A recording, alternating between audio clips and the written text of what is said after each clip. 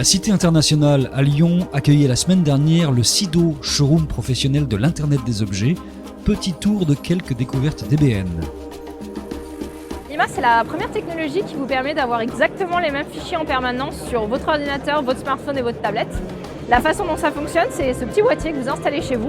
Vous branchez un disque dur d'un côté et vous branchez votre box internet de l'autre et vous n'avez plus rien à faire, vous avez les mêmes fichiers sur tous vos appareils. Ce que va faire Lima, c'est qu'il va aller récupérer tous les fichiers depuis tous vos appareils, il va les consolider en une mémoire commune qui devient la mémoire de référence de vos appareils. Donc dorénavant, quand vous allez sur votre ordinateur, vous ne trouvez pas seulement les fichiers qu'il y avait déjà sur l'ordinateur, mais l'intégralité des fichiers que vous ayez jamais créés n'importe où.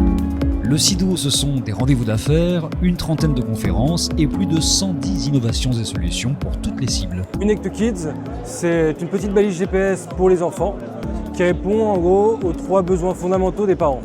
Savoir que si mon enfant a un problème, il peut rentrer en contact avec moi, le bouton SOS. Savoir qu'il est bien arrivé à la maison quand il fait les premiers trajets seul, c'est l'alerte entrée-sortie de lieu. Et savoir à tout moment en fait où il se trouve, parce que voilà, je lui laisse de l'autonomie, je veux juste être assuré de savoir qu'il va bien.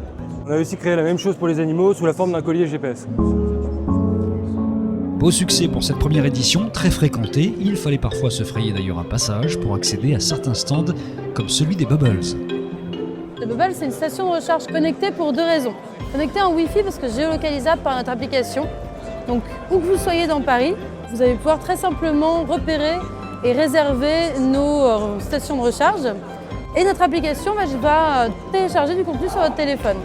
Télécharger en push, en pop-up, en Bluetooth et via e-beacon. En fait, on est une cible tripartite. La cible de notre application Bubble, ça va être l'utilisateur de smartphone qui ne va plus avoir de batterie très fréquemment, les lieux qui ont besoin de génération de trafic et les marques qui ont besoin de visibilité. Soit on a un sponsor et dans ce cas-là, c'est la marque qui paye pour pouvoir diffuser son contenu dans votre lieu.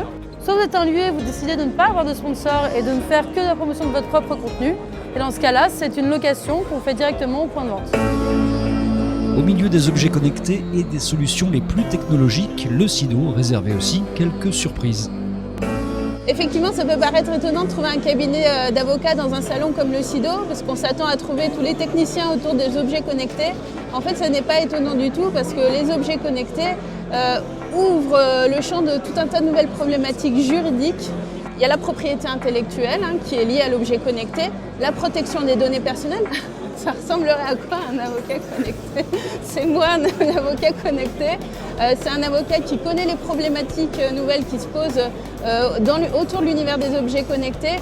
Et c'est un avocat qui arrive à exposer des solutions qui doivent rester simples parce que les problématiques, on les croit souvent nouvelles. En réalité, on a souvent plein d'outils pour répondre aux questions. Au SIDO, même le café devient connecté grâce à une société nantaise. Je m'appelle Fred Rivard, donc je suis patron d'IS2T. Nous fournissons l'équivalent d'un Android, mais pour les objets connectés.